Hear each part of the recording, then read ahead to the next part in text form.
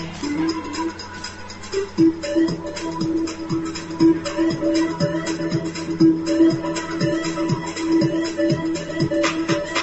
are listening to Journeys with Rebecca Radio with your host, Rebecca Jernigan, your tour guide into discoveries. Coming to you live simulcast from the heart of America to around the globe via the World Wide Web, terrestrial radio, satellite, and podcast. Let's journey together into the realms of the unknown to the known in search of enlightenment, knowledge, and truth.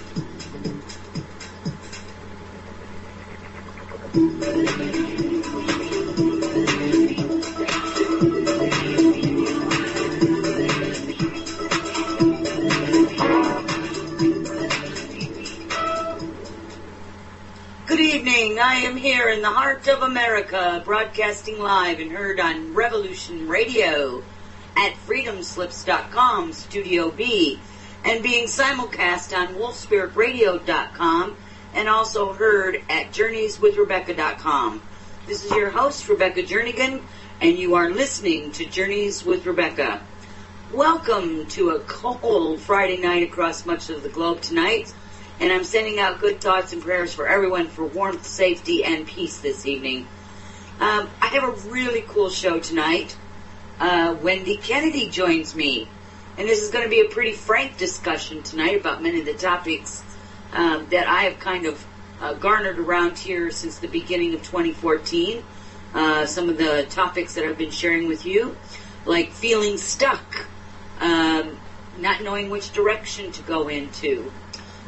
So Wendy is here after a long hiatus from Journeys with Rebecca, and I'm really happy to have her here. Tonight we have a whole barrage of questions already, and Wendy herself is going to be talking a little bit about what she has experienced through much of 2013 into 2014 on a personal level, as well as we'll be getting into, obviously, Mrs. P, the ninth dimensional Pleiadian connection collection. I'll get it out here someday, folks.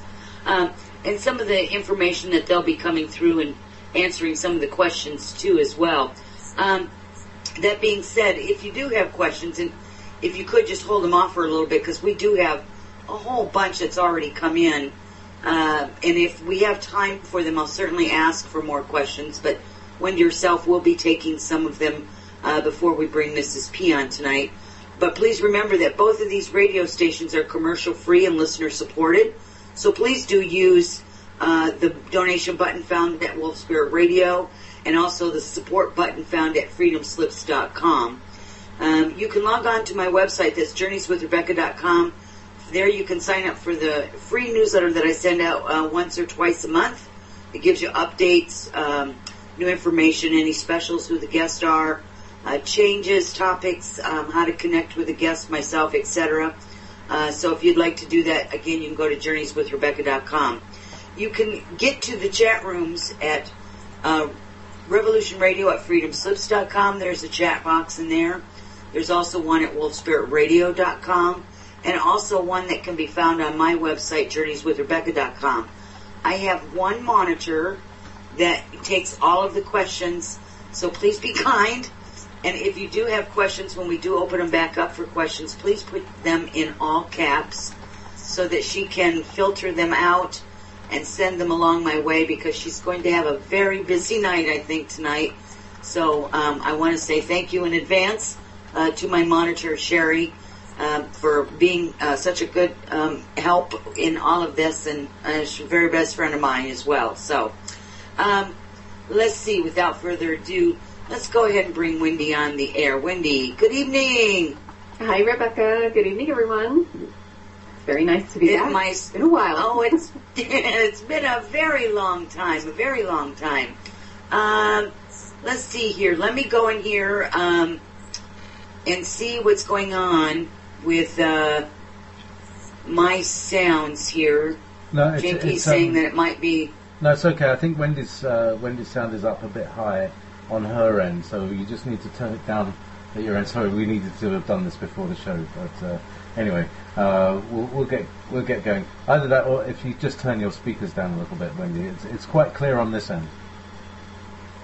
Great. Sorry about that, but okay. do go ahead. Let me. Sorry about the maintenance side as well. It's all good.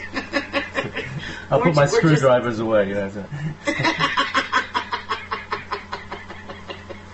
Nobody can see them anyway, right? This is the internet. Not unless y'all got video in there, right? Anyway, Wendy, it's really, really, really nice to have you back. Thank you for spending your Friday night with us here on both of the stations. And this has really been fun. We've had quite a ride here the last 6 months or so, both you and I individually, even trying to make a connection. We've just been playing like leapfrog through email and through Skype connections, and just didn't seem to be able to sit down. Crazy. It was like nuts, wasn't it? But I'm so glad that you're here, and I know everybody else is too. So, why don't you start, if you don't mind, why don't you start giving us a little bit of kind of like, what have you been doing, what have you been up to? I know you've been busy, but then we'll get into, really the topics that everybody really wants to, talk about, which is all these interesting changes within the individuals that's happened from 2013 into this year, and, our personal observations as well as our own challenges there. Yeah, well, since summer of last year, I kind of cut back a lot on what I was doing just to try to find a little more balance in my own life. And, I've been doing this for almost 20 years now, and as a formal business for 11. So I just needed to take a little bit of a break, I think. And also what I'm coming up against, I think, is in part what we're going to talk about here in a minute, and that's feeling like there's something else that's waiting. You don't know quite what it is. You feel like you're kind of in a holding pattern.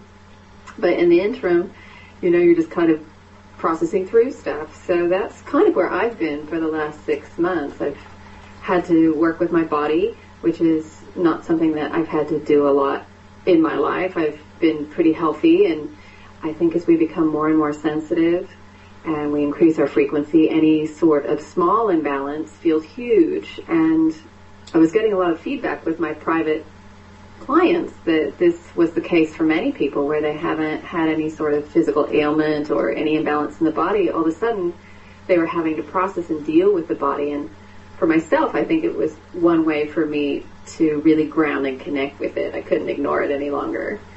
So I do see that as a repeated pattern that many people are going through right now. I think that might be something that we can expound on a little bit here, is the, I'll call it hypersensitivity almost. The environment itself has changed because the energetics have shifted, at least in the way that I view things. And that brings up a lot of major discomforts and things that may not have been dealt with, needs to be dealt with, as far as the physical body is concerned. And certainly that, holds true with the emotional body and the mental body as well as the spiritual body. But I think that aches and pains or whatever the malady is that somebody might be having, it seems to be almost accentuated, like it's just absolutely demanding attention. For you to look at and go, okay, there's there's something here that you either need to clear out, or you need to heal, or you need to, shift your vibration or frequency. What do you make of that? I definitely think that's true, and for my own personal case, it was kind of like you can't ignore it anymore. As much as you might like, as much as you might like to be out of your body, you have to be in it to do what you came to do. And at this point, I've probably done conservatively 2,500 private sessions, and then all of the hours of group sessions and events, and that's a lot of time when I'm in an altered state. So to be really grounded 3D, if you want to call it that, human, for the last decade, I haven't spent a lot of time there. That's not to say that I'm not in touch with reality and that I'm not present, but I just find that you spend so much time in that upper level that it's important to remember, oh wait, I have a body, and this is why I'm here, is to experience things in the physical. But I think that's a really good point. Go ahead. I'm sorry. I was just saying, yeah, that's really a unique point. Think of it from that perspective. And I know a lot of people are challenged with that right now, and the guys always tell me that, for those who are more stellar oriented, that what we're working on right now is being grounded and connected to the body, connecting more to the earth. And for those who are more earth-centered, more earth-oriented, they're having to work up. They're having to learn how to connect up. And so, we all have our own work to do. It's just kind of coming at it from different directions, depending on where your orientation was. Now, it's a really valuable point, and I think another thing maybe to say on that would be too is to find a happy medium. Like for yourself, when you stop and think about how many hours that you have spent, in altered states through the last 10 years, you start adding that up, or how much time that you don't spend, reaching upward, so to speak, in a linear fashion. When we talk about that, it's about bringing in the balance to remember that we're both of the earth and of the galaxy, if you will, or of the universe or multiverses, and striking a balance with that and trying to find a way to occupy both spaces, so to speak. That's a challenge. That's that's really good stuff right there. And then you have the other added challenge where all right, so I know I need to have more balance, so what do I do? And you go and try to engage with things the way that you used to 5-10 years ago, and those things don't hold the same frequency for you. They don't hold any interest. And so you're looking around and you're saying, well, what am I supposed to do? Nothing's fun anymore, because you're trying to do it in the old way. And it really does require trying lots of new things and keeping an open mind that, oh yeah, I might have tried this a few years ago, but what is it like now? Because I'm different. So that's been a challenge for me personally, just trying to open up again and kind of approach things from more of a childlike standpoint of, well, I'm going to try it, and it doesn't really matter if it succeeds or fails. It's just about having the experience. For me, Wendy, I don't think that there is any such thing as true failure unless you just don't do anything at all. Yeah. Because trying at least leads you, right? Trying, if you try it and it doesn't work the way you think it's not a failure, because you did try it, and what you learned something from it. You learned that path, that way of thinking or that action or whatever doesn't work for you anymore. So at that point, you have to step back and kind of think about it and expand on that and say, okay, well, maybe I need to have a different approach. Maybe I don't need to be thinking about this at all. Maybe I need to move to my next thing. In my opinion, it's not really a success or failure. It's more about, what works for me today. Because like you said, there's things that, I started taking up things that I hadn't taken up since I was 8 years old.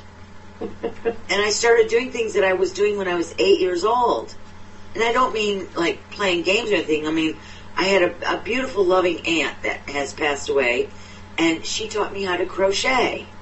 And just one day I thought, I'm going to try that. And I picked it up and I started crocheting again. Not that that's a big deal, but in and of itself is telling me that I didn't enjoy it back then because I didn't really understand what I was doing. Not that I understand it much better now, but now I do it for entirely different reasons. I do it just because I want to do it. Yeah. And so it becomes a whole different focus, right? It does, definitely. Your intention's completely different, so the outcome's different. Yeah. So I still don't do well at it. But by golly, I'm having fun being 8 years old again. Well, that's the important part. Well, and I think another thing, somebody brought this up to me. See what you think about this.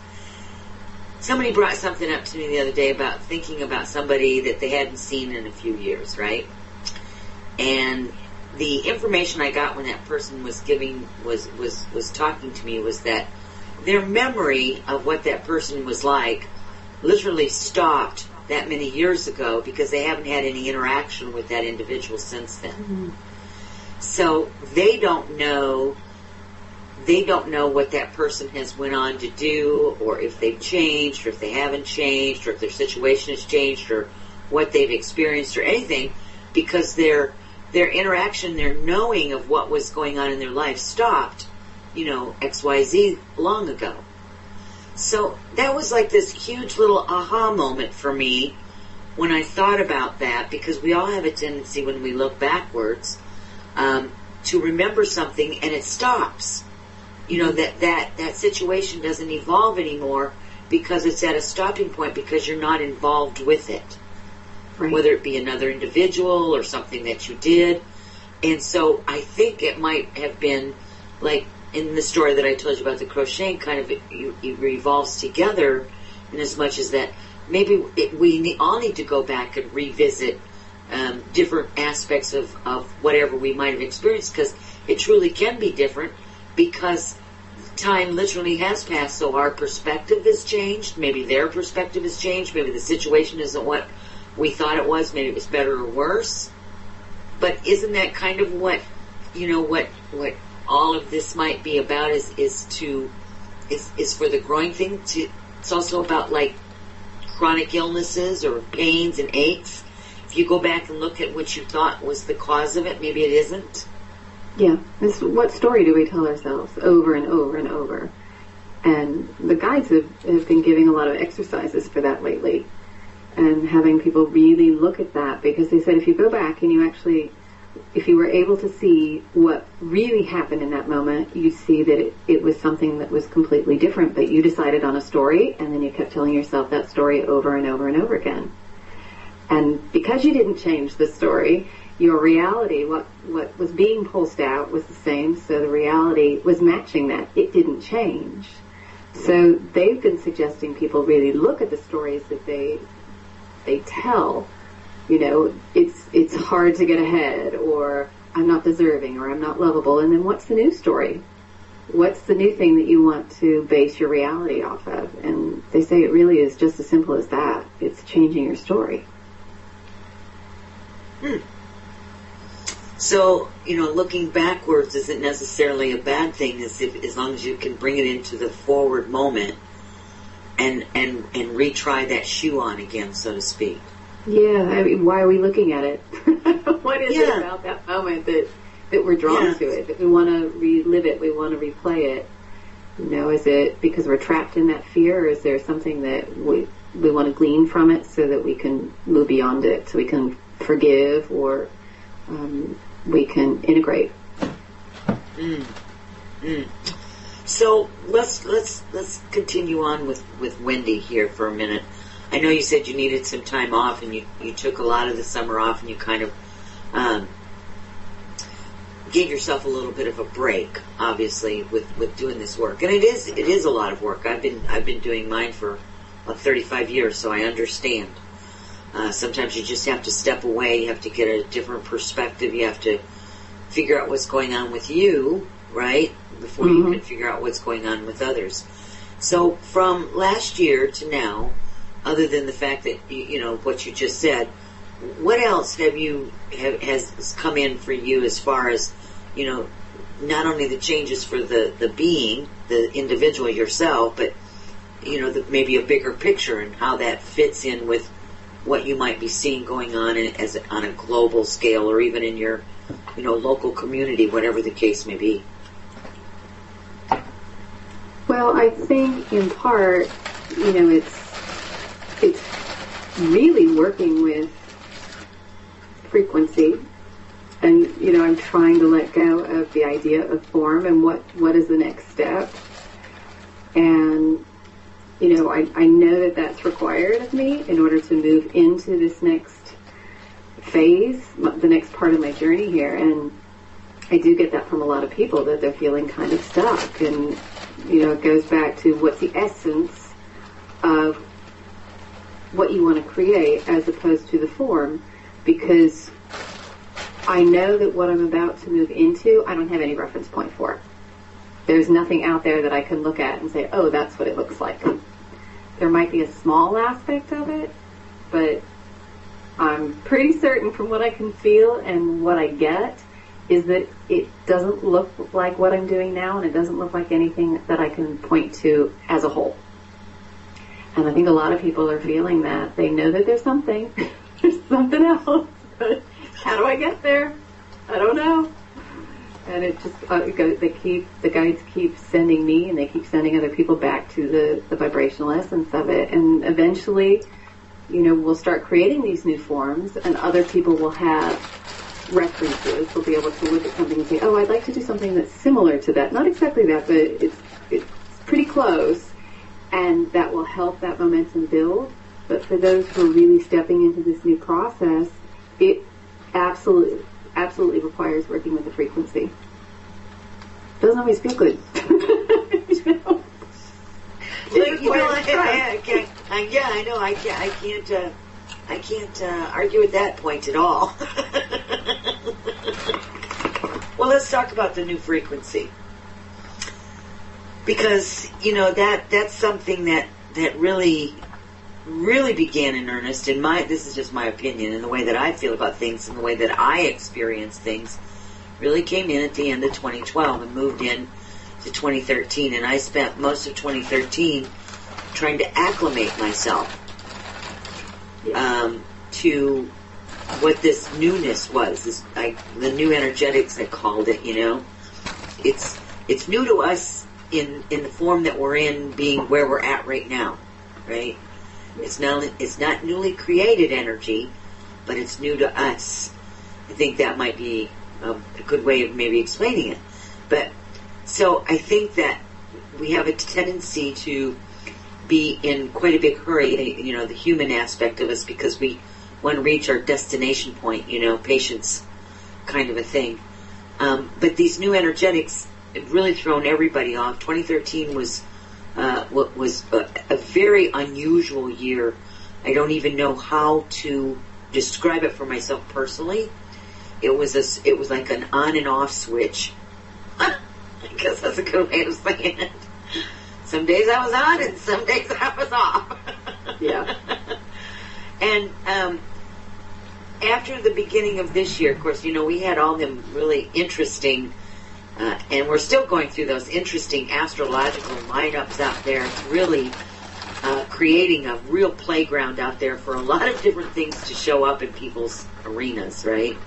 So I think these energetics that we're all sitting here feeling about is understanding that they're not newly created, that they're just new sensations because we're in it. We're in it. And I don't know about you. I just don't know how to tell people how to operate in it yet. Yeah, well, I think that's what we're trying to figure out. How do you as a human work with it? And I think that's what hasn't been done before. That's part of the ascension process.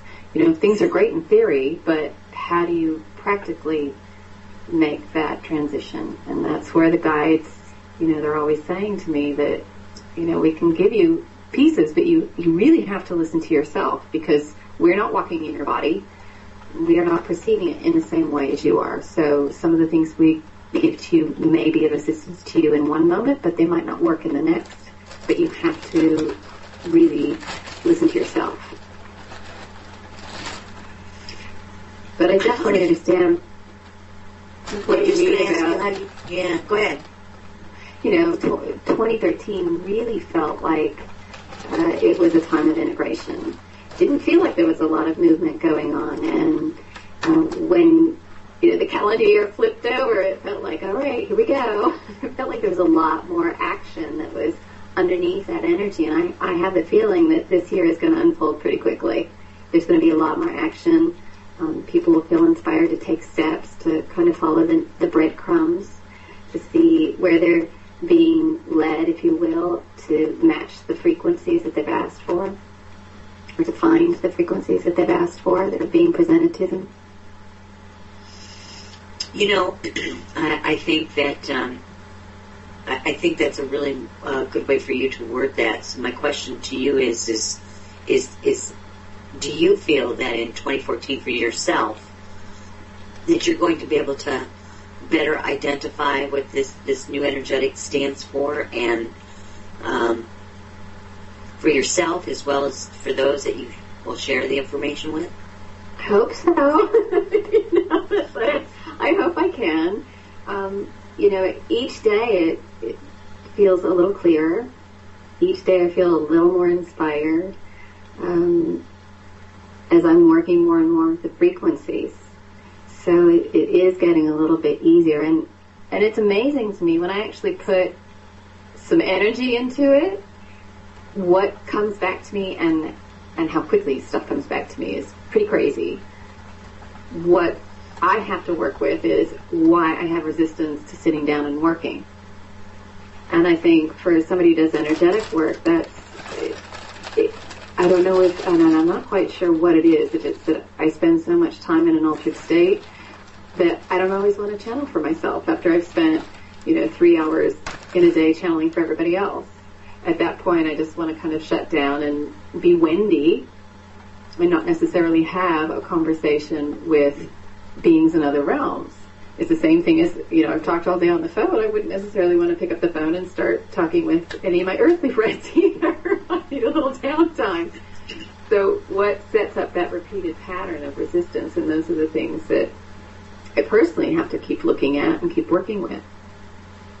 So, you've brought up just this really valuable point here about resistance to doing the work, right? I don't think there's too many people out there that are listening, Wendy, that can't say in their own heart and their own mind going, yep, my hand's raised. I do that, right? And I do it too. And I mean, and honestly, they even come through when I'm in my downtimes and they'll say, well, we're not going to go away. We're just going to keep at you until you get up and do it, whether it's now or later. And so, sometimes I still tune it out and I go about and just be me, right? Just do the me things, whatever that is. But if they become real insistent, I don't have much of a choice.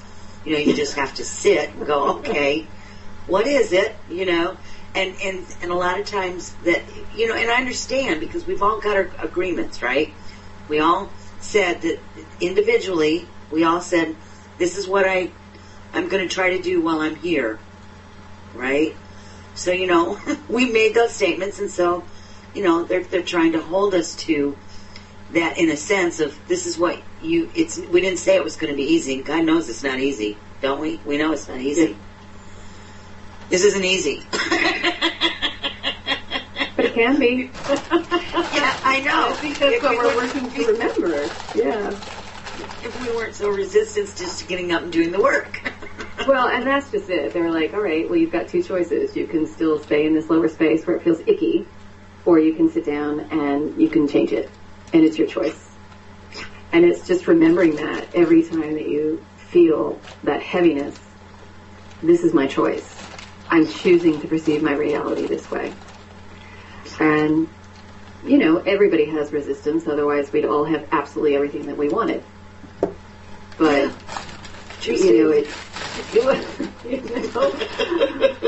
we'd all be blissed out all the time. But, it's a process. And I think a lot of people are really, really hard on themselves and say, why can't I get this?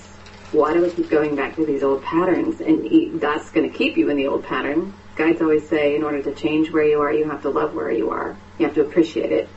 Because otherwise you just are perpetuating that energy. And that's going to be what you get back. So,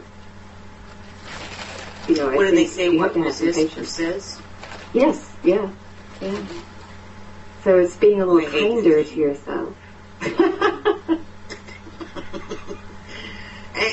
And sometimes that's easier said than done. We usually are our own worst enemy. Always. If you look in the mirror, you'll find fault with how you look, how your hair looks, how you're dressed, whatever.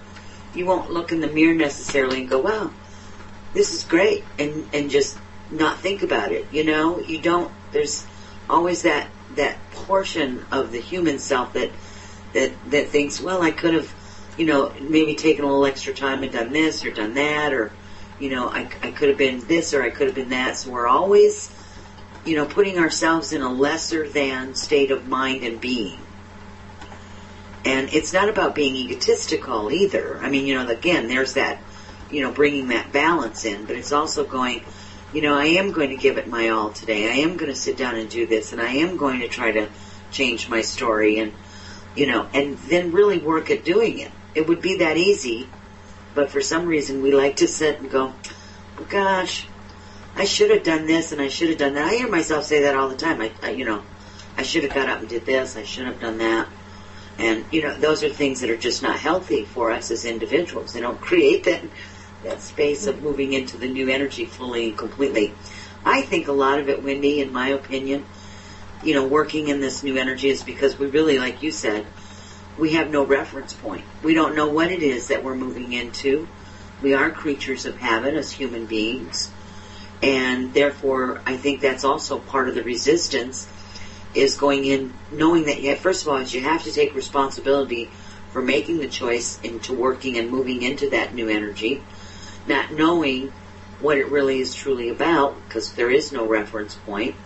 So I think there's a lot of underlying things, but when it's all said and done, we still have to say, this is what we need to do for the self individually, and then collectively, it helps the collective, so to speak, to raise the frequency and the vibration of this planet, to move out of the same old story that our history repeatedly has shown us that doesn't work for us.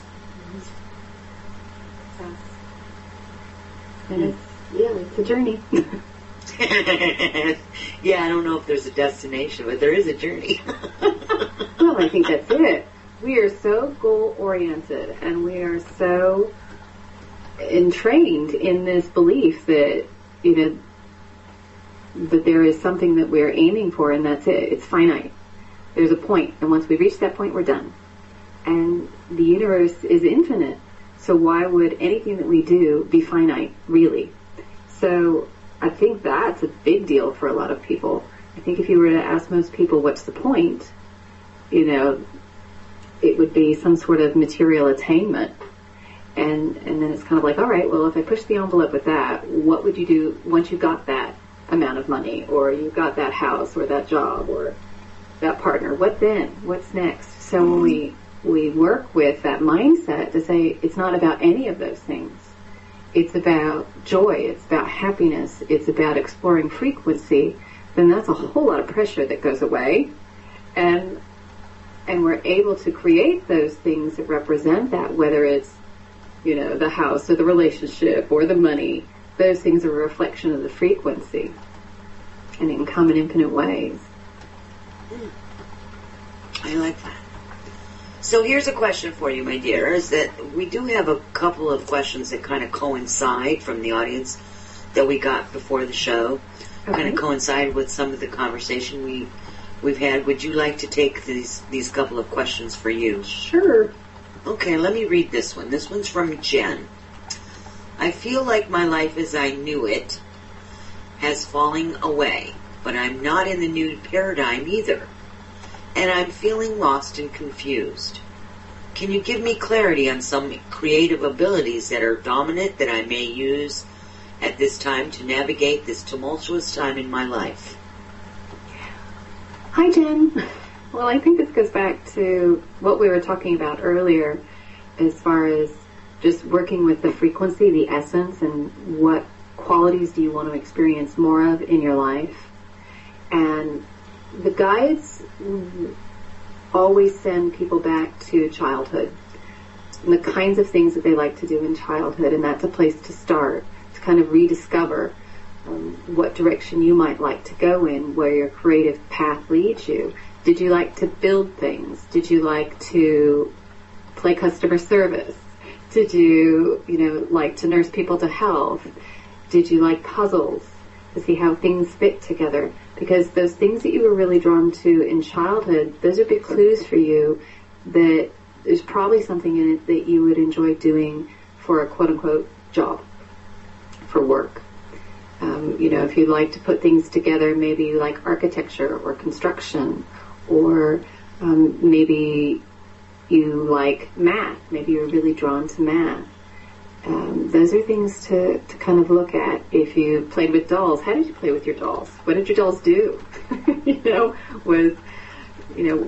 What was the role of your doll?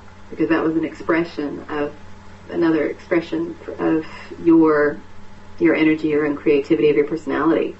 So kind of go back and re-examine some of that. Write it out. That's really a key part, because writing it out helps you to express things through the body and allow the mind to relax. If you think about your to-do list and all the things that you want to get done during the day, if you don't write it down, the mind keeps going over and over and over it because you're afraid you're going to forget. But if you write it out, you can let it go and you say, oh, I know it's down. I can go back and I can reference it. It's kind of the same thing with these lists, and the guides are really big on writing to get this stuff out, to process through the physical body. So that would be my suggestion. That's very good. And I think a lot of people, as you were answering that, could really relate to what you were saying. The lost and confused, and, what do I do next, and how do I integrate? And I think that was really good. Thank you, Wendy. Well, now, it's also... Go ahead. Also, one other thing, it's also, we're at a point, and this is part of the responsibility of being a creator being, is making a choice. We have been so conditioned to be in the passenger seat, to feel like we're being led somewhere, as opposed to really driving and saying, I would like to experience happiness. I would like to experience abundance. We're not directing our energy. It's kind of going all over based off of the subconscious. So it is important for you to set some intentions, to make some decisions about where you would like to create, because when things start manifesting instantly, if you're not clear on that, you get everything. You get all that stuff that's running at the subconscious level. You get all that stuff that is conscious. And sometimes it's not so nice. It's not the most uplifting stuff. So that's what we have to work with and clear right now, so that when things are immediately manifested, we're going to enjoy what it is that we're creating, or it won't be destructive, unless that's our intention. We want to deconstruct something, because that's also part of creation. But really being conscious of what you want and being able to ask that question is a huge step to being a creator being. I like that. They told me to take notes, so I am. I took some notes. Well, it's hard. It's like, what do I want to do with my life? We don't think about that anymore. We did as kids. We dreamed of all different kinds of things, but at a certain point we decided it was over, and I was stuck with what I got, or this is my story. Here's my box, and it's getting rid of the box. Yeah. And for the last probably year and a half, I myself have just kind of been doing whatever I feel like when I get up that day. I do. I don't have those same goals, but at the same time, I'm going to tell you that's been really tough not to have those goals, to not be driven. You know what I mean? Yeah. And it's also kind of freaky for me. When you say goal, do you mean that you have an idea of what you want to get through the day, or that you want to experience a particular frequency? Or you just no, I don't have any goals as far as like what do I want to achieve at the end of the day. I allow myself to walk through my day, and if I feel like, I love to experiment with cooking. So I'll go in and maybe one day I'll just cook for like hours, and all these yummy, wonderful things come out of the kitchen. Nice. And then I might I'd go, like to be at your house. Well, it just, whatever, it's that's part of my creativity. And that's what I've been learning over the last year and a half, is, I'm not a painter. I have a very difficult time writing the books that I was supposed to write. There's a lot of things that I, myself personally, associated as being creative that I don't do. I don't write, I don't draw, I don't paint. I don't do these things. But I cook, and I can grow things, and I can sew things, and I can, take an old, jacket and make something entirely different out of it, you know? So I have been doing that for the last year and a half. And it's been quite interesting because I'm now feeling very comfortable that is my creativity. And I'm good with that. And so it now becomes my place of comfort. So if I'm having a stressful day or something is not right, I might be able to go in and do one of those things, and it takes me out of that space of not having enjoyment. I express myself in a creative manner, which is my cooking or sewing or whatever it is I might be doing. But my box is that I had to do certain things to be creative. Is that making sense? Yeah, completely. So it's not about being a homebody or being a domestic goddess or any of that. It's my level of creativity because I never know it's what I'm going to fix when I'm in the kitchen, or I never know what that, that article, that discarded clothing that somebody else threw away, what it might turn into.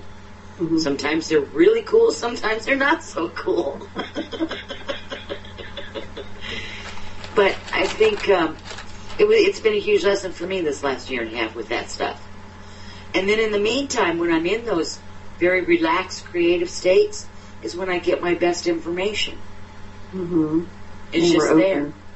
Yeah. So it's a new way for me to operate in this world that I've never done before. Yeah, I really had to let go of time. It was kind of to the point where I just don't have an option. I'm really struggle to figure out what day of the week it is. That's really been a problem for me. I really have to think about, is the street cleaning day? Because that's about the only way I'll know that it's a Tuesday or Wednesday. Beyond that, they all kind of blur to me.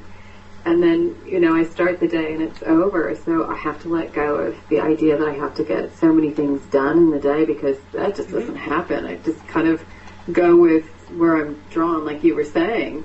There are a few commitments that I've made, and I try to, need to do a session, or, I've agreed to meet somebody and I want to honor that. But beyond that, it's kind of about being present and what am I drawn to do right now. Definitely understand that, what you were saying. Mm-hmm.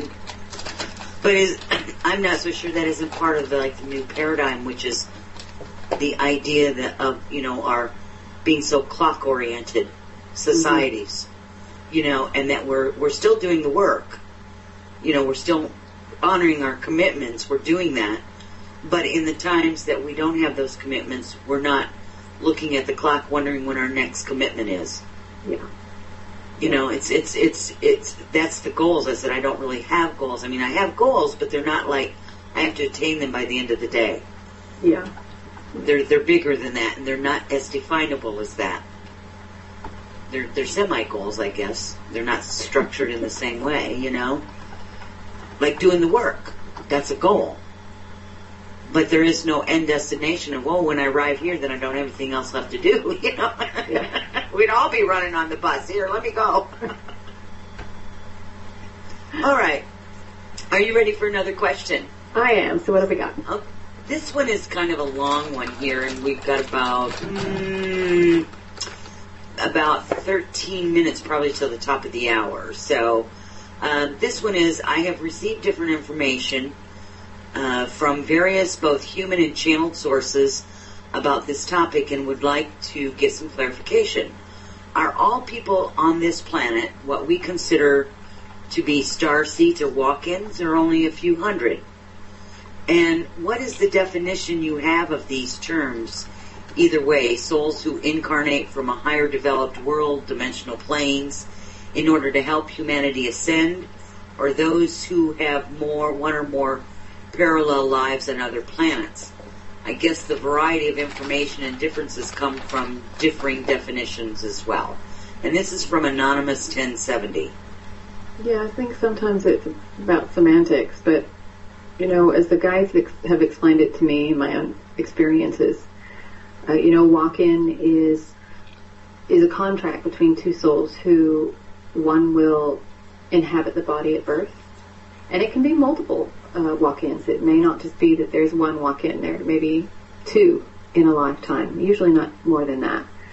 But one soul will have experienced everything that it needed to and another will take over without the body needing to go through the death cycle. So one soul will step in and take over all of the contracts and absorb the experiences as if they were their own from the previous soul for that lifetime.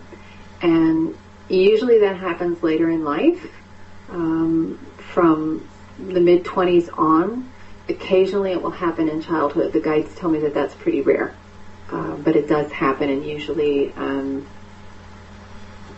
they're talking about, they're telling me right now between 6 and 12 is usually, if that's going to happen in childhood, it'll happen between those years. Otherwise, they'll wait a little later until someone has moved through a bit more of life. And sometimes it's set up that way because a soul doesn't really need to have the childhood experience. There are a few things that they wanted to focus on.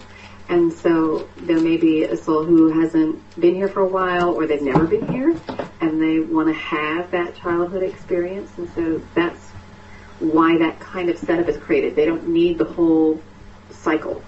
And especially at this time on the planet, because there are so many beings who want to participate, and only so many bodies to go around, so to speak, that they share. Oftentimes there is a level of awareness that comes in with a walk-in that isn't there when somebody comes in with that body. In other words, many walk-ins have full knowledge of who they are and where they're coming from, and that's part of also why they choose to come in as a walk-in. There may be information that they want to retain, and it's easier for them to do that coming into an adult body. Now, starseed, the guides explain that to me as someone who's simply stellar-oriented. As I was talking about earlier, that there are those who feel drawn to the stellar realms. They get excited when they start thinking about going up. And there are people here on this planet who don't have that experience. They're more interested in the earthly realm and what's going on the planet. It doesn't mean that starseeds don't care what's going on Earth, because they care very deeply, but they get more excited when they start thinking about things that are out in the galaxy. And that's one of the ways kind of to distinguish. And it's not just a few people. They tell me that it's more like a few 100,000. It's quite a larger number, and it's just beings who are really pulling in and anchoring that energy from a variety of different star systems. Mm-hmm. Yeah, that's. Did I get answer that question? I think you did. I was just kind of letting that absorb that. Let me make sure. Then let's see. The anonymous goes on to ask: souls who incarnate from higher developed worlds, dimensional planes, in order to help humanity ascend, or those who have one or more parallel lives on other planets. That was just kind of part of that question. Is there anything in regards to that portion of it that you'd like to speak to? Well, I would say probably most of us have those experiences or access to those experiences. So it's not unique to just a few. We all have parallel lives, and most of us are doing so on other planets. It's not, we think about things in such a linear way. We think, all right, well, I must have been born in the 1400s, and then I had another life in the 1500s, or, there's a linear progression to it, and it's all concurrent. And then, the guides say that we're all over the place. There may be part of us that is in the 10th dimension, having a non-physical experience. It's not limited. We're not limited, because at the end of the day, we're all one. So it's just, how do you structure it? What records are you allowing yourself access to? And that's really what's happening as you start to have past life recall, as you start to align with different star systems. It's just that you have partitioned off a particular bit of information to say, all right, I want this to help me, because if you had access to all those records and all those lifetimes, it would be incredibly overwhelming. It would be too much information. You'd say, well, where do I start? And I think that's part of this human experience, is that first of all, I think many of us know that we're more than what we realize, but yet there's a realization that we're more than, our soul experience here. And I think that's the confusing part, because we've kind of been so linearly guided, by all of our elders, so to speak, in the way the societies are structured. And certainly in many countries, not all, but in many countries, the spiritual aspect of life isn't the foremost way of living their life. It's very, such here in the United States, you can see a lot of that, as well as what they would call more modern societies that's developed across the globe. But it also takes away from allowing a person to really explore all avenues of their existence.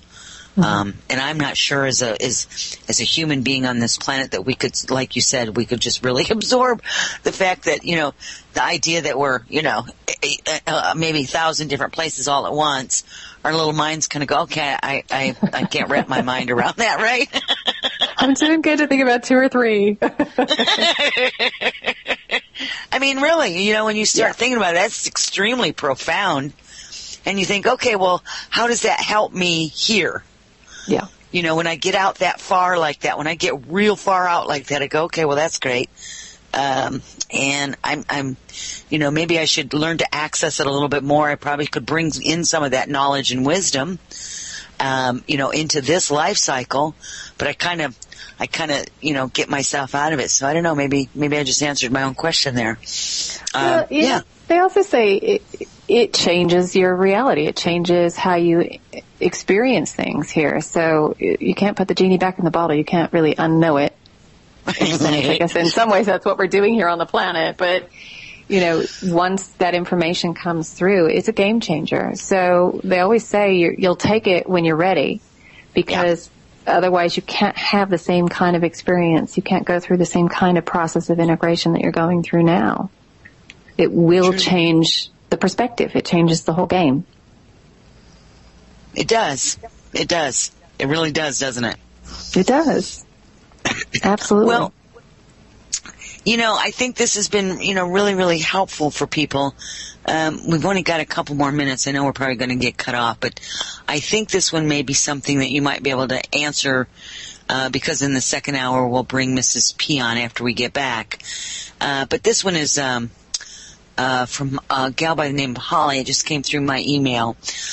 She's developed an intense phobia to doctor's offices and medical procedures. Even if she looks at look at the blood pressure, she says it just goes up. She said, looking at a blood pressure machine, she said, Western medicine scares me. I haven't been running to my doctor to heal me of my symptoms. Instead, I'm doing energy work, clearing my diet up, and doing emotional clearing. I believe I'm listening to and following my internal guidance, but am I being foolishly, or am I just foolishly displaying 3D anxiety? Well, I think it's important to listen to your intuition and how you're being guided, but I think it's also important to look at what's triggering all that fear around the doctor's office, safety, security, and really looking at that and kind of running that same process that you're doing with your health and well-being in the moment when you're feeling a little better, to actually look at that issue as well, because at the end of the day, it's just another level of fear that has to be processed. And you may find that they're the same issue. What's making you ill may be the same vibrational issue that you have with the doctor. It may be a safety issue or a security issue or a control issue. So, we have infinite ways of creating the forum for those base frequencies, because there's only a handful of frequencies that we're really working with. And I would also say, just follow your intuition and the things. There may be some crazy thoughts that come up about why she thinks she's having those experiences. Trust in what you get. Trust in what you get, even as crazy as it may sound. Yeah, trust is a huge thing. Trusting your instincts, your intuition. That's a big one for many people. Really, really is. So real quickly here before we go on break, you made a statement I'd never heard you say before. You said we're only working with a handful of frequencies. I think Well, I think everything kind of boils down to a couple big issues, and then there are lots of variations on the theme. But, you're talking about safety and security, acceptance, control, trust, manipulation. I'm blanking on the others at the moment, but they're just a handful that we work with, and then offshoots of that. Okay. All right. That's, I just thought that might be good for you to define that for people, what you meant by a handful of frequencies is, yeah, for sure. Well, oh my gosh, here it is. I didn't think it was going to come up quite this fast. I thought we had another 2 minutes. All right, you guys, please don't go away. We've got more of Wendy Kennedy in the second hour coming up with Mrs. P. Please stay with us. You're listening to Journeys with Rebecca.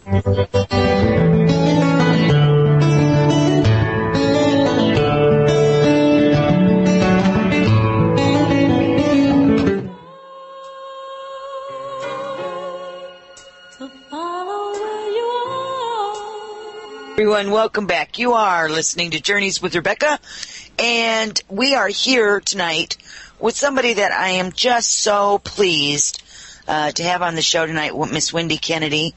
Welcome back, Wendy. Hi. Oh, I'm telling you, this has just been too long.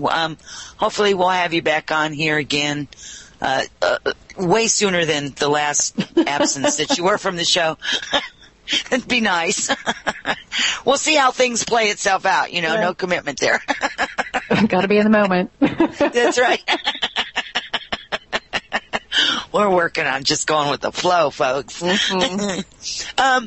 Is there some other things though that you would like to chat about? Because I know that I can feel them real strong. So I want to make sure that we have enough time for you to share your information and everything before we bring in Mrs. P. Oh, I think I'm pretty good, but I know that the P's are chomping at the bit just to say hello. Oh, and I can feel them.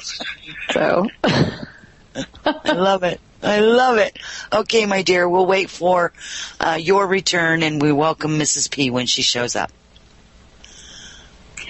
Yes, hello, dear. This is the Ninth Dimensional Pleiadian Collective, and it is a pleasure and an honor to have the opportunity to connect with you all. So it's been an interesting ride for you over the last year and some months, and we're excited at the energies that are available to you as you move forward this year. There are also opportunities, shall we call them, for you to process a lot of your fears, and in those moments it is really important that you remember that you have a choice, that what you're experiencing and how you are perceiving your reality is just that. Oftentimes you may perceive reality from an emotional level, and you think, well, my emotions are what they are, but actually emotions are also a choice. They're usually a conditioned response to a belief. And so what you're doing as you have an emotional response is to say, well, I can stay in this space of sorrow or frustration or anger, or I can make a new vibrational selection. And usually what you all do is play around with a frequency. You'll play around with an emotion until you get bored with it, and then you'll decide to make a new one. So whether that's depression or anger or frustration, you'll stay there until you decide, all right, I'm done. Let's make a choice. And that's it. There's no self-beratement that needs to happen. It's just an acknowledgement that you can move in a different direction. All right? So we will say one thing, and then we'd like to start taking people's questions, and that really has to do with the energy of 2014. And what you're going to be asked to do is really work with more masculine energy, more divine masculine energy, because you are operating right now with masculine energy that's quite low, the overall frequency of it, and you're going to start moving into working with the divine masculine, which asks you to follow breadcrumbs in a sense. It asks you to move back and forth, to oscillate back and forth between the divine feminine and the divine masculine. So what you will do is create an inner space or a void, and you will, from that point, get or receive your inspiration or your desire, and then you will use masculine energy to pulse it out.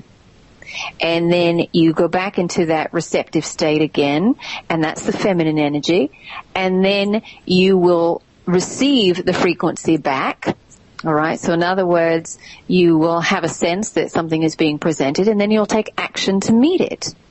And this is the process that you're being asked to follow, and creating a lot of these new structures, these new paradigms for yourselves. You are building forms for which you have no living example, and it gets very hard for you if you get trapped in the mind and what something looks like or is supposed to look like, and you don't see it showing up. So as you follow frequency and you start working more and more with that, you will find that the frequency gets met and the form may really surprise you. And it may be a form that you never dreamed of, but yet you look at it and you say, wow, that's exactly what I wanted. I never would have dreamt that it could have come in such a fashion. And sometimes there are multiple steps that are a bit out of the ordinary or the lower masculine way, that say in order to achieve something you have to follow all these particular steps. It would be a bit like telling you in order to reach a particular destination you had to only drive on a particular street and only make one right turn. So there may be a shorter way if you allow yourself some flexibility in there, and you will follow that vibrational breadcrumb.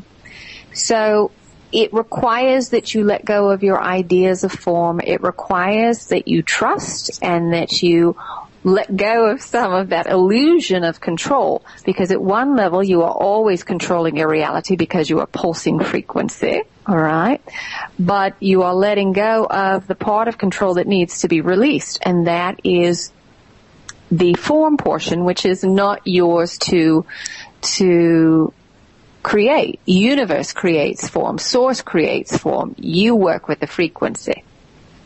So we'll leave it at that for now, but know that this will be part of the process, and you're going to be asked to work this way, because working in the old way with the traditional form just isn't going to get it done. It's going to feel heavy, and once you start to work with the new energy, working in the divine masculine way, you'll be able to achieve a couple of things. You'll be able to see form take shape based off of the frequencies that you've been pulsing, and you'll think, well, that was a lot easier. Why didn't I do it sooner? So we would encourage you, if there's one thing we can impart this evening and that you walk away with and that you put into practice, it is that. It is that you start working with frequency. All right? Wow, Mrs. P, that just gave me some goosebumps there. Wow, that just really assisted a lot of people. I really believe that. Wow, that's... Can I add something? Oh, yes. Well, we've been talking about these waves, and I've been getting these waves of energy, and they put me out. I mean, they completely disabled me. I was like doubled over in pain in my stomach, and and it got so bad that I started like screaming out, ha! And I thought, oh, hang on a second, maybe I should work with frequency. So I was ha! Until I got to a note that made my whole body vibrate. And I think that's what the P's are talking about. Is that right, Mrs. P? That's part of it. That's excellent. Yes, that's part of it.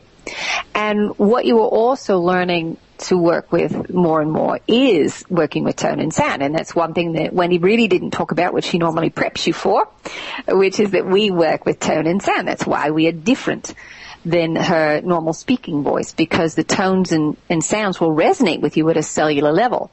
So as you are working with tone and sound, you can alter the frequency of the template that's creating the physical form.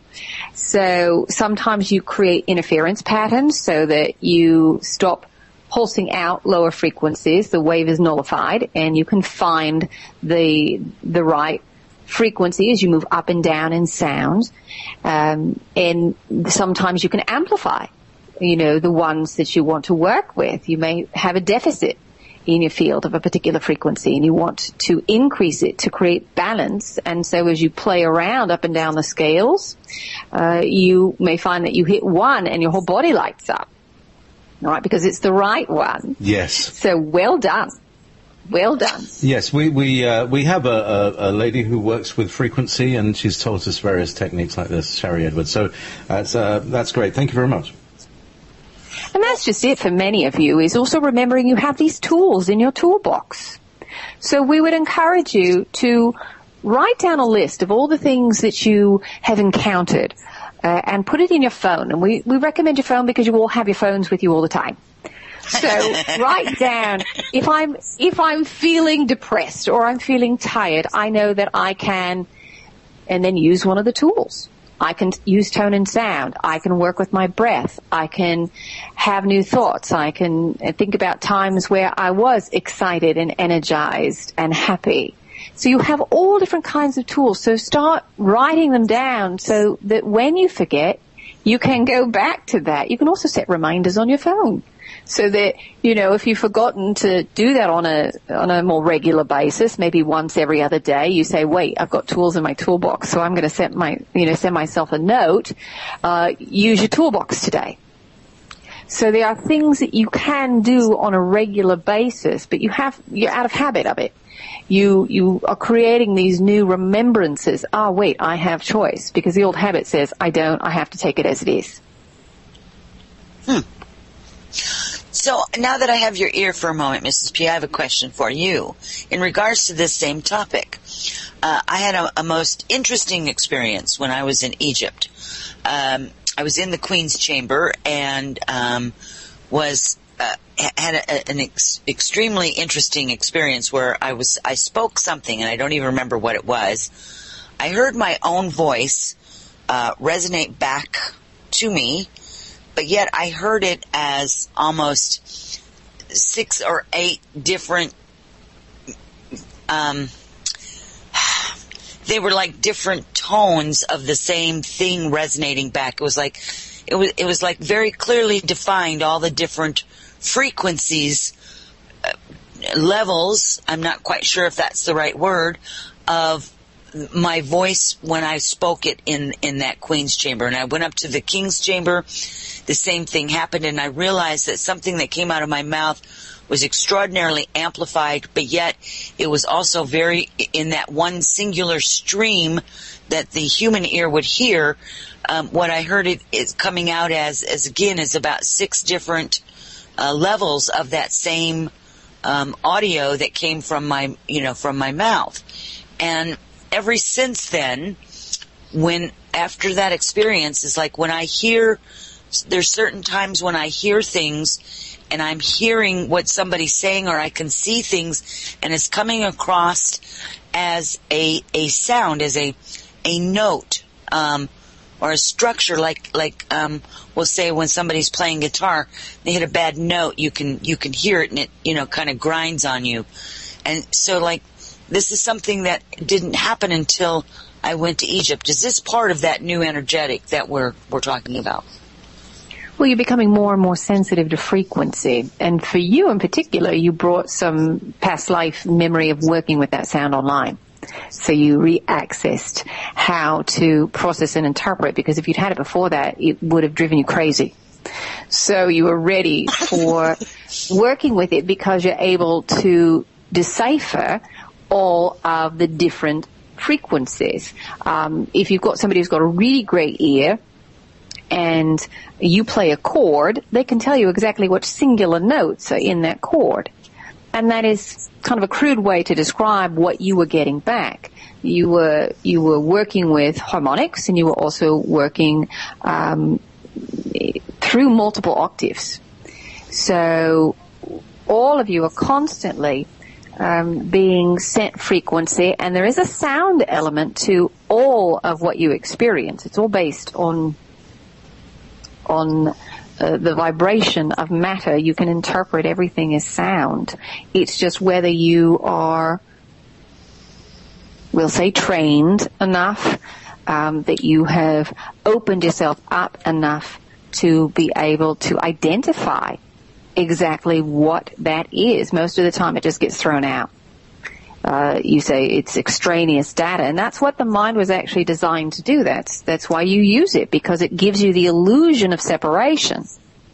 And what will happen is that you will get multidimensional levels of information, but when you're in the mind, it goes right in one ear and out the other.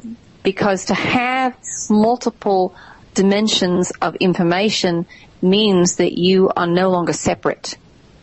So you set up these programs of the mind to give you that illusion. But always, frequencies are coming to you, and you can interpret them through any of the senses. All right, this is how you sometimes are described as being clairsentient or clairaudient or clairvoyant. It's that you take the base frequency as it's given to you, and then you interpret it through one of the 5 senses. I think you've given me some very valuable information there. I'm sure you know to what level, and thank you so much. Thank you so much. You're most welcome. Oh, yeah. Okay, so we have some questions for you from the audience, Mrs. P. All right. If you're ready, I will go ahead and present some of those, unless you have something else that you would like to add. Well, good for now. Okay, good. Okay, so why do some people struggle with sensitivity to EMF? In the Family of Light, the Pleiadians wrote about frequency manipulation devices. What is the status of this in this world? Well, there's a lot of manipulation of energy going on, but the bottom line is it doesn't really matter. This is about you learning to maintain your frequency. And, you know, some of you are a bit more sensitive. You know, the cleaner your frequency is, meaning the less judgment you hold, the more sensitive you're going to be, because you are higher in frequency and your receptors are a bit more open. So one of the things that we highly recommend for you is to really work with your grounding. If you find that you are someone who is dramatically affected by EMF, be it from the sun or whether it is HAARP or other disruptions within the electromagnetic field, big events on the planet can create that disruption. We highly recommend that you make sure that you're grounding and connecting to the earth. So that will actually help you to be very clear about what your energy is and to help you to maintain it as opposed to dropping out into a lower resonance. One of the other things that many of you are encountering is that also your sense of center is changing, particularly in these high periods of solar flare activity. You might find yourself a bit dizzy. You might find that will last for a week or two and then it magically goes away. And this is because your point of center is changing, because your frequency is altering. It's not that you're off balance, it's that your new point of center is different, and that feels different, so you assume that you're out of balance. Does that make sense? So yes, ma'am, it does. So this is one of the things that you all are working with. And yes, there is most certainly manipulation that's going on in your planet, but it's just a reflection of where each of you individually and collectively are not wanting to take responsibility. If you don't want to take responsibility in a dualistic reality, someone has to play that other end of the spectrum. So you've got it going on so that you all can start really looking and taking responsibility and owning your own power again. And one of the ways that you do that is by maintaining your frequency. All right. So when you really own that, when you start to stand in it, you won't feel the disruption in such a strong way. You'll still feel it, but you won't feel that you've been knocked down or feel that you're wiped out, because many of you will simply check out for the day. So ground and connecting, that will really assist you. Thank you. There are so many people, Mrs. P, that really have been, and we've really I've had a lot of people that we've shared information with over the last year or so that, you know, that these things are happening, and that's good information, because boy, it sure has been affecting people in a not so pleasant manner for us, for sure. Yes, and we really cannot stress enough the importance of making sure you're grounded and connected to your body. And for many of you say, well, what does that mean?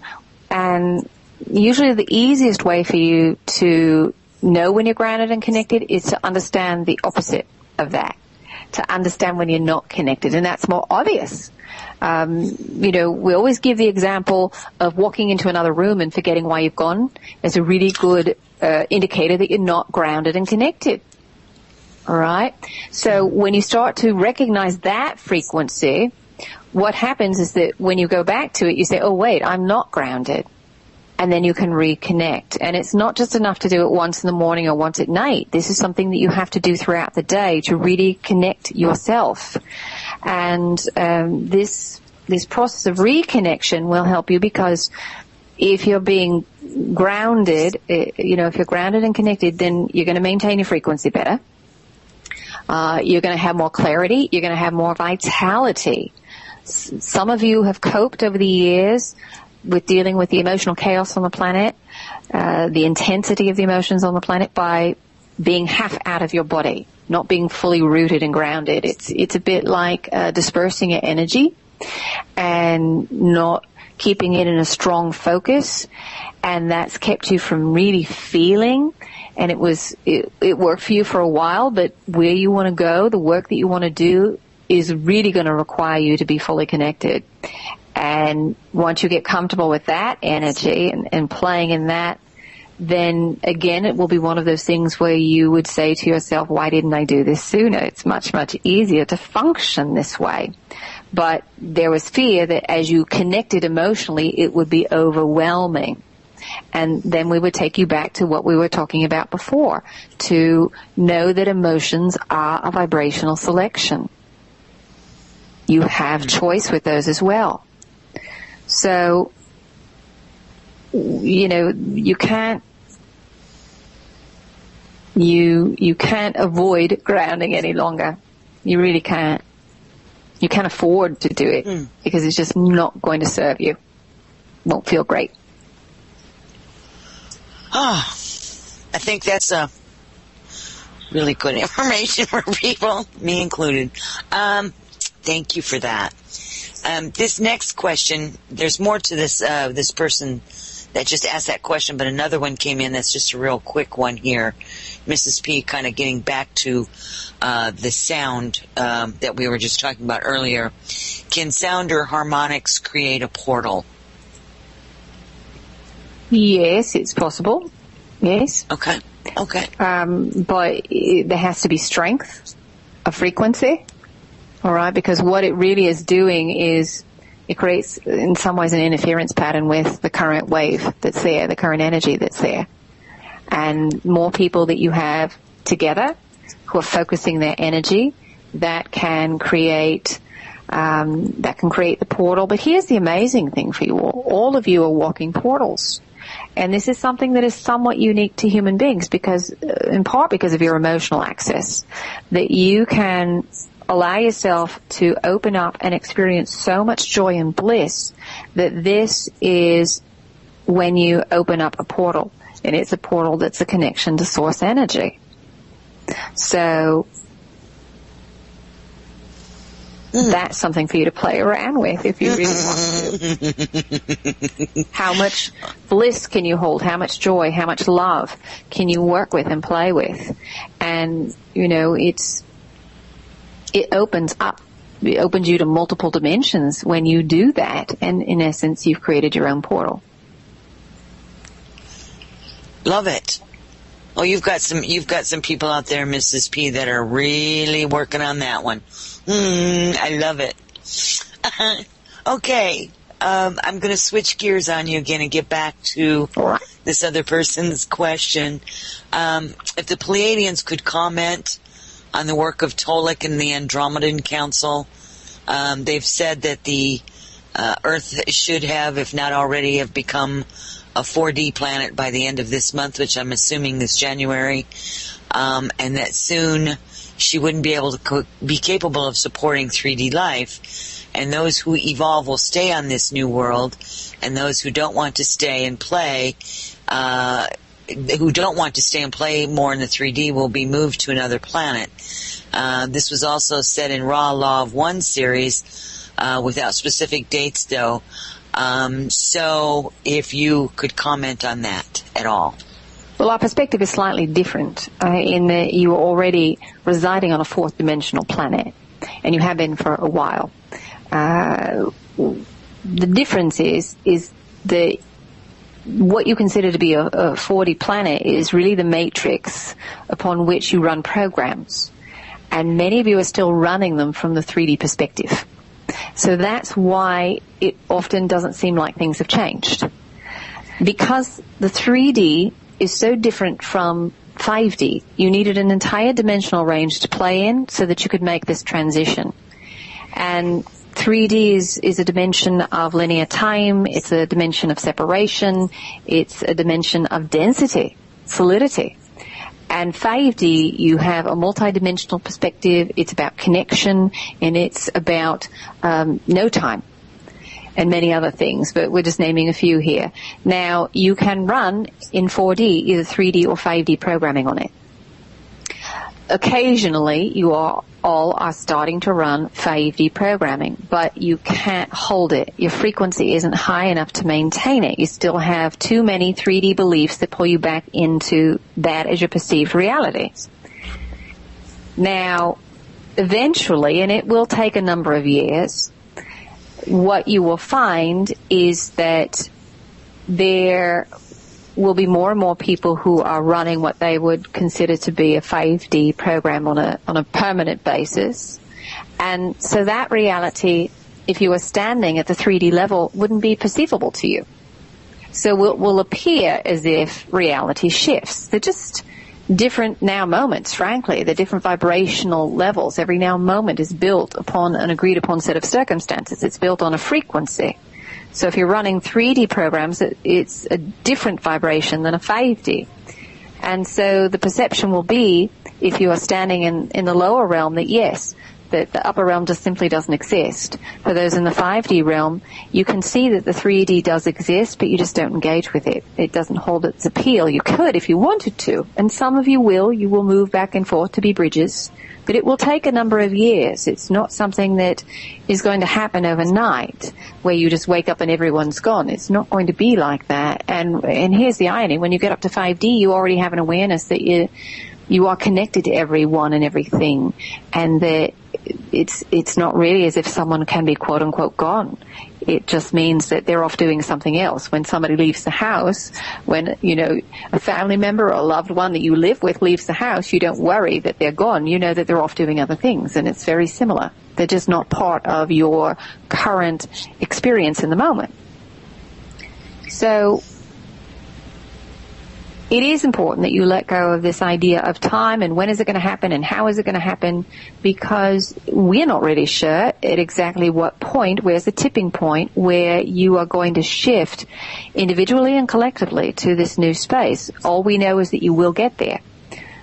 With this version of you that we're conversing with on this now moment, you are slated to have that kind of experience. There are other now moments where the experiment that is Earth, the grand experiment, it didn't go so well. It didn't work out. And there is an aspect of you that is having that version of the experience.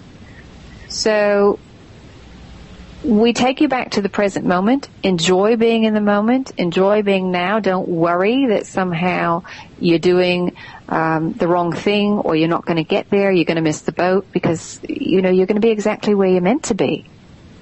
All right, and things will unfold as they are appropriate. And frankly, your version of reality may be very different from the person standing next to you, although you may have a couple of things that you agree upon that you share. But your overall belief system and how you interpret it, how you watch other events, may be vastly different. Very nice. That makes extreme sense. Thank you very much. Thank you very much. Yeah. Okay. This one is from Anonymous 1070. How high is the probability of UFO disclosure happening this summer, as suggested earlier by your collective? Well, you're still pretty much on target, and the disclosure that we're seeing happening is more in writing. It's not going to be what some of you are looking for, which is, to have a physical being on your front lawn or standing next to you. For most of you, that won't be your reality. You can have it. You can have it now without that information being collective knowledge. But again, as Wendy was talking about earlier, once that information is part of your reality, you can't unknow it. You can't really unexperience it. It would be too shattering to your reality, which is in part why it hasn't happened up to this point. And many of you think, in theory, you'd love to have it, but we would say there's still a lot of fear that you're holding, which is also why you're not experiencing it. So it will most likely come in written confirmation for you first, and it won't be. It will be a bit sneaky in its disclosure. It won't be headline news. It will be a bit more subtle than that, but it will be out there, and that will be the first of many more disclosures to come. Probably what you're looking for in more of the physical sense may take place, depending on where you are collectively in 2016 or 2017. But that doesn't mean, we already hear many sighs, many groans. That doesn't mean that you can't have your own interactions. What we would also say to you is, what is prompting that question and that kind of reaction? What is the drive to have that contact?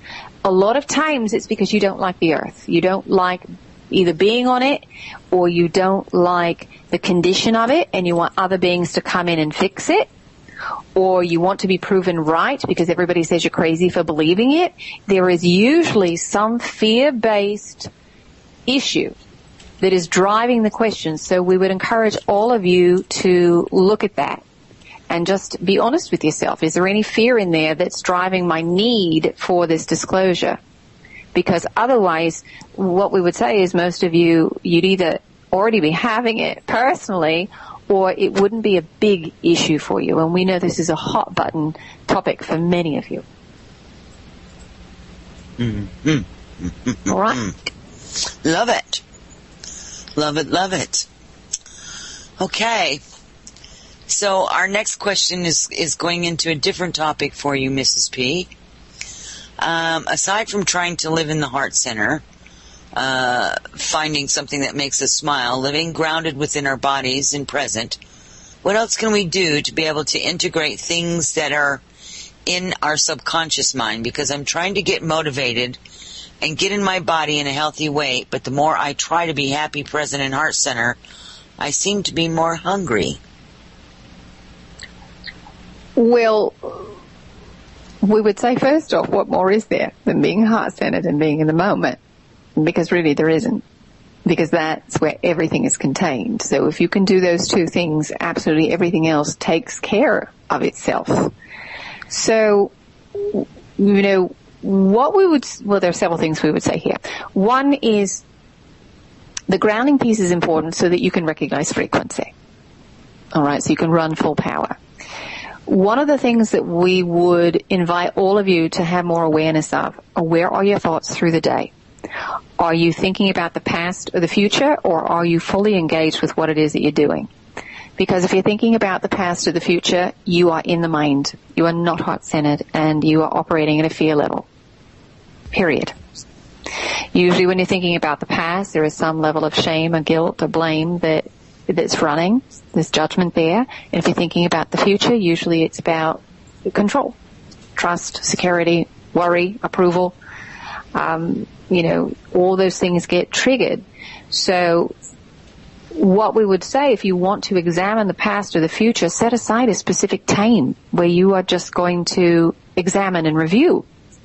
And then through the rest of your day, you should be in the moment. If you catch yourself thinking about the past or the future, put yourself back in your heart center, don't berate yourself, and fully engage with what it is that you're doing. This is a very different pattern and a very different way for you all to work. You all, right now, most of you will go back and forth, and that's all right. But eventually, as you get good at, eventually as you raise your frequency and you start manifesting immediately, that's done from a heart-centered space. There's no fear-based mind involved. You work from what we would call the high mind, which is very different than what you're working with now, because the high mind allows you to use logic and intellect, but you also have an awareness of your connection to the whole in the process. It's not just about you, and it's very different. That's the best way we can describe it.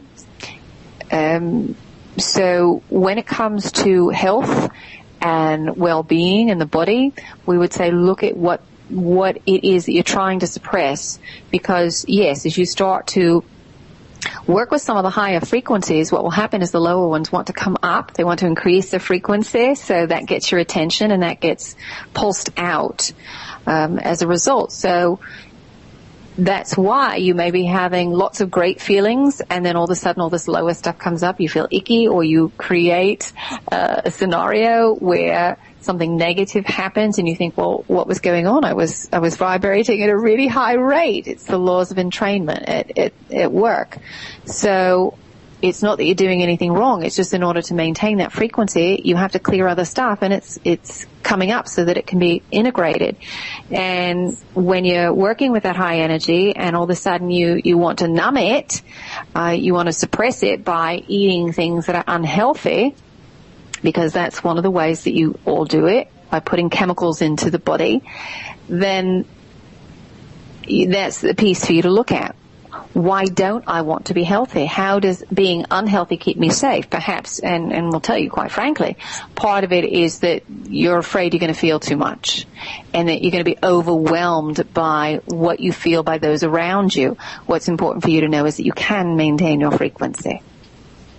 All right, so that's part of why you're avoiding it, because you think it's going to be completely overwhelming and you're going to be bowled over. But you won't. You'll be fine. Just remember, what you pulse out is what you get back. So as you're pulsing out higher frequency, most of who is coming within your range is going to be in that same frequency. You may have some other people who are not vibrating at the highest rate, but you really won't have much exchange with them. You'll observe them, right, because you're not a vibrational match, unless you know you've got something at a lower resonance that you're trying to integrate, and then they are a match for you, and that gets triggered. So we hope that makes sense. It does a lot. Thank you so much. All right. Well, there's so many questions. Can you give us a general idea, Mrs. P, about what we are to expect given our collective timeline? Coming up in 2014, maybe? We'll narrow it down a little bit. Well, that's a big question. It's a very broad question, but we will say this to you, that 2014 is, as we said, there's a lot of potential.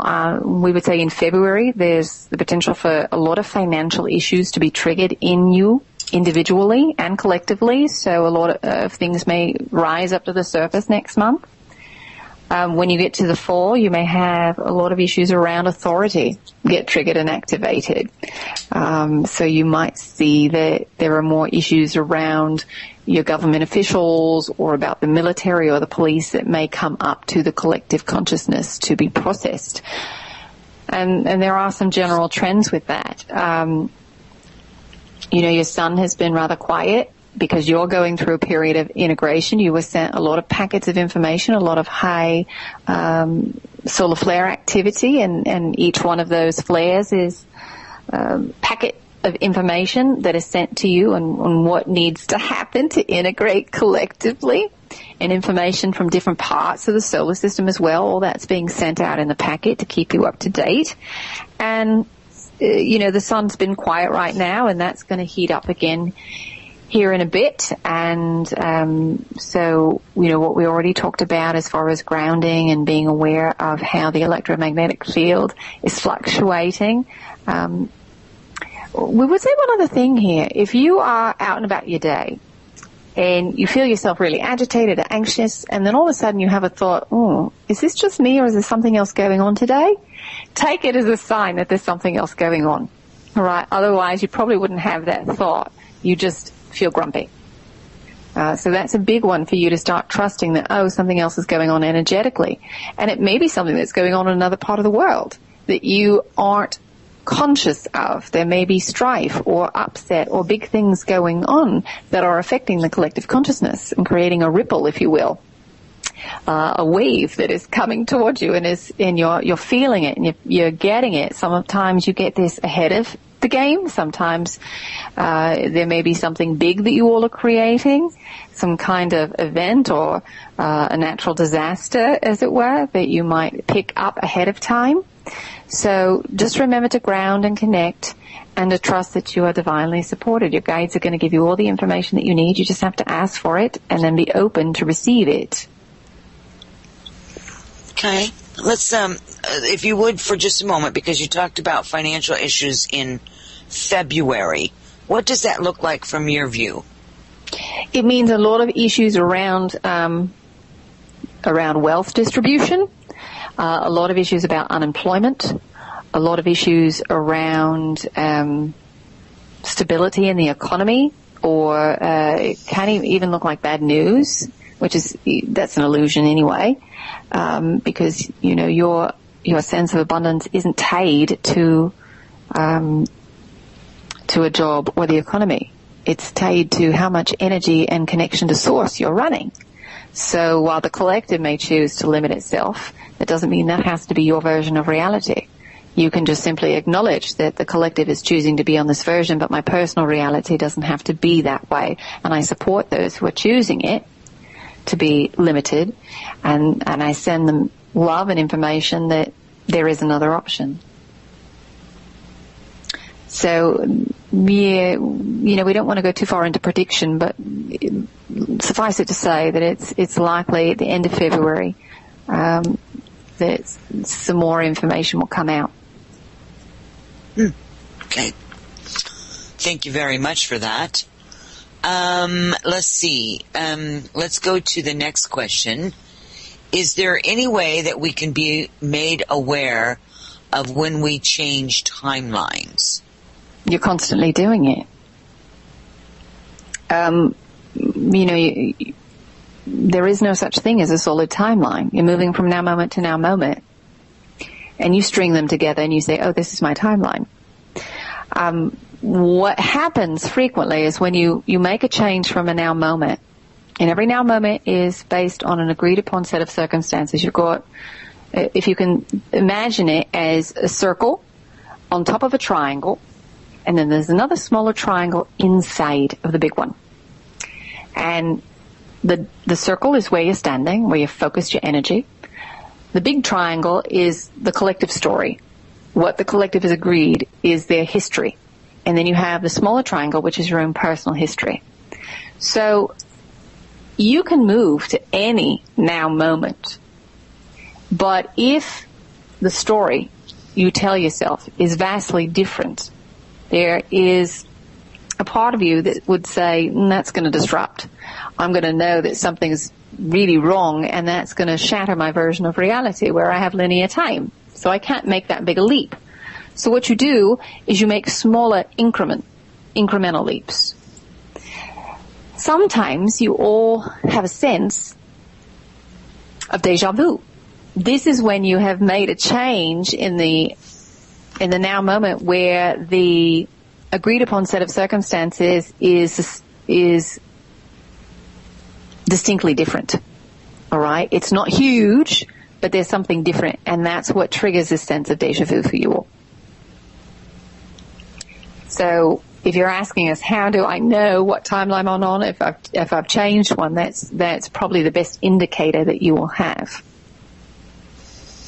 Okay, well then I want to expound on that answer that you just gave just a moment, if you would. I have frequently, especially in 2013, experienced deja vu in my deja vu. Yes. What is that? That's you opening up to being able to hold multiple focuses at once. So part of the 3D version of reality is that you limit your focus, and if you think about it as a spotlight, it's very sharp, it's very tight and intense on one spot. What many of you do when you think about the past or the future you're sending energy off on another timelines or another now moments. All right, we'll use the word timeline for you. But you're on other now moments, which your physical body isn't on. All right, your soul's essence isn't inhabiting it. It's not infusing it and enlivening it. So it's almost like this nice tight focus of energy then becomes the diffused light. All right. What you're describing is the next step that you're moving into, in which you can actually hold multiple focuses at once, in which you can have two spotlights emanating from the same spot but being split in very distinct, very clean, very intense beams of light. And you can have multiple bodies if you want to. You aren't at that level yet where you have put enough source energy, run enough source energy through to that now moment to generate a body, but you can. This is how you bilocate. So what you could think about it is in some ways, we'd say it's somewhat what you do when you astral project, but not entirely. But you actually regenerate two bodies. You can put your energy out there, because remember, your body is a creation of an energetic template. So you can have multiples. Oftentimes what you will do, though, some of your other bodies won't be as dense. You won't feel the need to run as much energy to make them dense physical bodies. They'll be lighter versions of yourself. In some ways, they might appear to others as apparitions, the same way that kind of happens, all right, that you're a bit misty. You're not dense, that others can actually walk through you because you're not occupying the same vibrational space. So does that help you to understand what your experience was? Oh, absolutely. It expounded on other processes too as well. So thank you very much for that. It's very interesting and very helpful. Thank you so much. You're welcome. But you're also moving into a space here in which you can hold an awareness of yourself as an individual as well as a collective. And that may sound a little strange as we describe it to you, but some of you have had the experience already, in that you feel in a moment what's going on with you, but you also have an awareness of what's going on, say, with another person that you're having a conversation with, what all of their issues are. As you decide in which choice you make, you may also have an awareness that as you say something, what impact it may have, all right, and the ramifications on the collective energy. This is the space that you're moving into. It's not just about you having a sense of yourself as an individuated consciousness any longer. It's having both. And once you have the experience, you'll say, I know what they were talking about, because it is very different. It feels a little strange, and it all happens within a second. But that second feels expanded into about 5 seconds. All right, well, you'll have this whole conversation in your head and a whole awareness in your head, but at the same moment, you're actually speaking it. It's different. Mm-hmm. Wow. Yeah, I'm understanding what you're saying. I think other people out there too, at least some are. So, for sure. Okay, wow, you've just made a whole lot of sense out of a lot of different things. Thank you so much. Thank you. Appreciate it. Now we're going to be getting into, we don't have a whole lot of time left here, Mrs. P. We have, and I'm going to just kind of give you some general ideas of some of the similar questions that came through. Something about Fukushima, how is it serving us, as well as Courtney Brown sent a prediction about something is going to happen in February 24th, or 2014, that can't stop it. There's going to be an announcement. The world will change on that date of the announcement. That there is a lot of different things happening on this planet as far as the interference, et cetera, and so forth. So maybe you could just speak generally to one or two of those points before we run out of time this evening. We've got about 7 minutes, maybe. Well, kind of wrapping all those together, we'd say, where is your power? When you're given predictions, for most of you, it will trigger fear or disappointment when you get attached to an outcome and it doesn't come to pass. And we will say with Fukushima, at the highest levels, yes, it is certainly serving you because it is showing you collectively where you are not honoring the planet. So you are being asked to start looking at that at the personal level. That's where your power is. Where do you have power to make change? Where are you not honoring yourself? Where are you not honoring the planet? Where are you not living in balance? So start making changes there because that's the only place, frankly, you can make change. And as you start to change and alter your frequency, the collective can also come up to that frequency so that that's how you create global change. That doesn't mean that you don't take action. You can and most certainly need to, but it's not in the old way that we were talking about. This is about taking action from the higher divine masculine level. But you absolutely must look at all of these things from the personal because that's where you create change. How do news events affect you? When you hear a prediction or you hear what's going on with the treatment of the planet, what gets triggered and activated? Are you feeling manipulated? If that's the case, where are you not taking responsibility for yourself? Because manipulation is where you are not willing to take responsibility. So you have to look at it at that level, absolutely. And then honor all of those people who are participating in the creation of those so-called perceived negative events, because they are adding to the experience of duality and someone has to play it. The more you can honor them, appreciate them, and move towards a higher frequency, you will let them out of the box, so to speak, so that they don't have to keep playing that role, that it's not needed or required anymore, and they too may elevate their frequency. So we'll leave you with that thought, because this is true for loved ones, this is true for friends and family and co-workers. Where are you putting other people in a box? It doesn't matter where their frequency is. What you can control and work with is where your own frequency is and allow them the same benefit of the doubt that they can achieve that frequency, that they can change, that they're different in this now moment if they so choose to be. And if not, that's all right. You still are able to speak with compassion and with love and with honor. And it's been a great pleasure for us to be able to play with you and to share our perspective. We are fascinated by the choices that you're making. This is a really exciting time for us because this is where all the good stuff happens. This is where your creativity comes into play.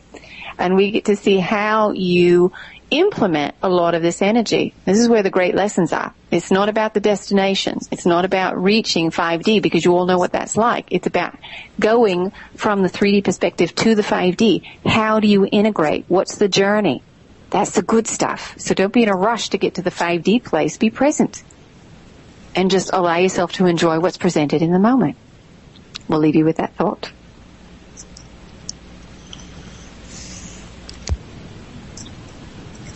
We would say to you also, you can connect with us directly. You don't need Wendy. All you have to do is put yourself in your heart center, ask your questions, use your discernment, trust what you get, and ask for confirmation if you need it. And until then, we'll be watching and waiting and sending many well wishes. Oh, Mrs. P, thank you so much for joining us. Thank you, thank you. It's our pleasure. Thank you very much. Hello. Hi, it's Wendy. All right. Hello, my dear. All right, deep breath there for you. Thank you. You honor us, Wendy, by bringing them forward, and I want to tell you thank you so much for your graciousness and your willingness and your generosity in doing the work that you do. Thank you so much. Oh, well, thank you. And thank you for being able, letting me share this with everybody. So it's lovely to be able to do this. So thank you. You're welcome. So what else is going on with you? Is there any last thoughts or contact information that you would like to share with the audience before we have to leave the air tonight with you in this very seemingly very short visit? Well, we do. The Peas and I have another event coming up on Sunday. We're doing a group session online. There are just a couple spaces left for that. So if you are interested, that's at 10 a.m. to noon Pacific time on Sunday. Registration closes at 8 a.m. And you can do that on my website. And the web address is higherfrequencies.net. If you're interested in a private session, I also do those, and there's more information online. I do half-hour and hour sessions, and I was very fortunate to be asked to participate in a book called The Great Human Potential, which I'm really pleased about. So that came out in October in English. It's out in English and French, and you can find the English version on Amazon.com and the French version on Amazon.fr. And, it was probably one of the highest frequency things that I have done to date with the Peas. And they talk a lot about the grand experiment and some of the other beings that are participating and some of the stuff that we talked about tonight. So if you're interested in more of that, you can check out the book. And it's with myself and Tom Kenyon, who works with tone and sound. So lots of good stuff in there. Wow. That sounds fantastic. I think I need to probably check that out myself, Wendy. That sounds wonderful. Well, again, I hope that, again, we don't wait so long before we connect back up here on the show again and you get to check in with everyone and all of that. And I thank you so much for being here. And obviously we thank all the audience for being here and JP for stepping in and all the radio stations and all the wonderful people that listen. I appreciate you all so much. Good night, everyone. Blessings. See you later. Good night, Wendy. Thank you. Good night. Thank you, everyone. Thank you, Rebecca.